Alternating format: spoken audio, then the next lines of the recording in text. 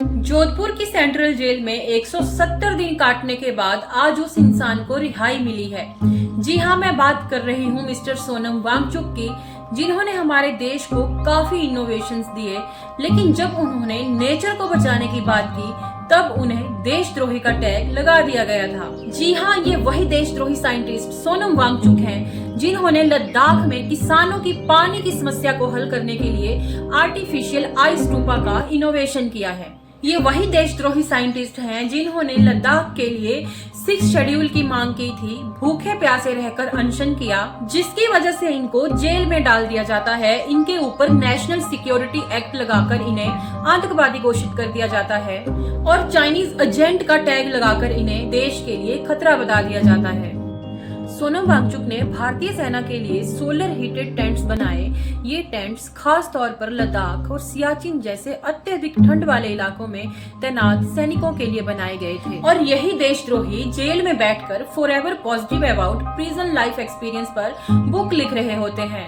Reports के मुताबिक mister Wangchuck की वाइफ ने एक इंटरव्यू में बताया था कि सोनम वांगचुक जेल में थर्मोमीटर की डिमांड करते हैं ताकि सर्दियों में जेल के कमरों को गर्म रखने के लिए उनको कैसे डिजाइन किया जा सकता है। और वहीं पर वो क्लाइमेट चेंज और चींटियों के बिहेवियर पर भी स्टडी कर रहे होते हैं।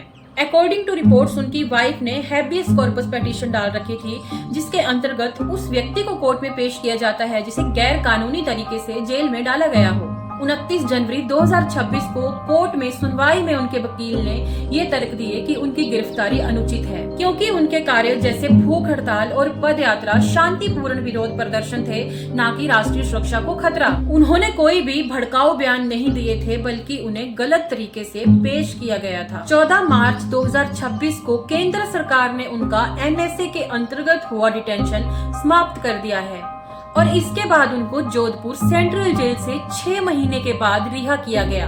दोस्तों, अब आपको लग रहा होगा कि यह रिहाई इतनी अचानक से क्यों हुई। रिपोर्ट्स के अकॉर्डिंग सरकार का कहना है कि लद्दाख में शांति बनाए रखने के लिए और बातचीत के माहौल को बनाए रखने के लिए यह फैसला लिया गया और कहीं न कहीं बढ़ता हुआ सार्वजनिक दबाव, जैसे देश विदेश में कई पर्यावरण कार्यकर्ता और छात्र लगातार उनकी रिहाई की मांग कर रहे थे, जिससे सरकार पर दबाव पड़ा और कोर्ट के आदेश से नहीं बल्कि सरकार ने खुद NSA डिटेंशन को रद्द किया है।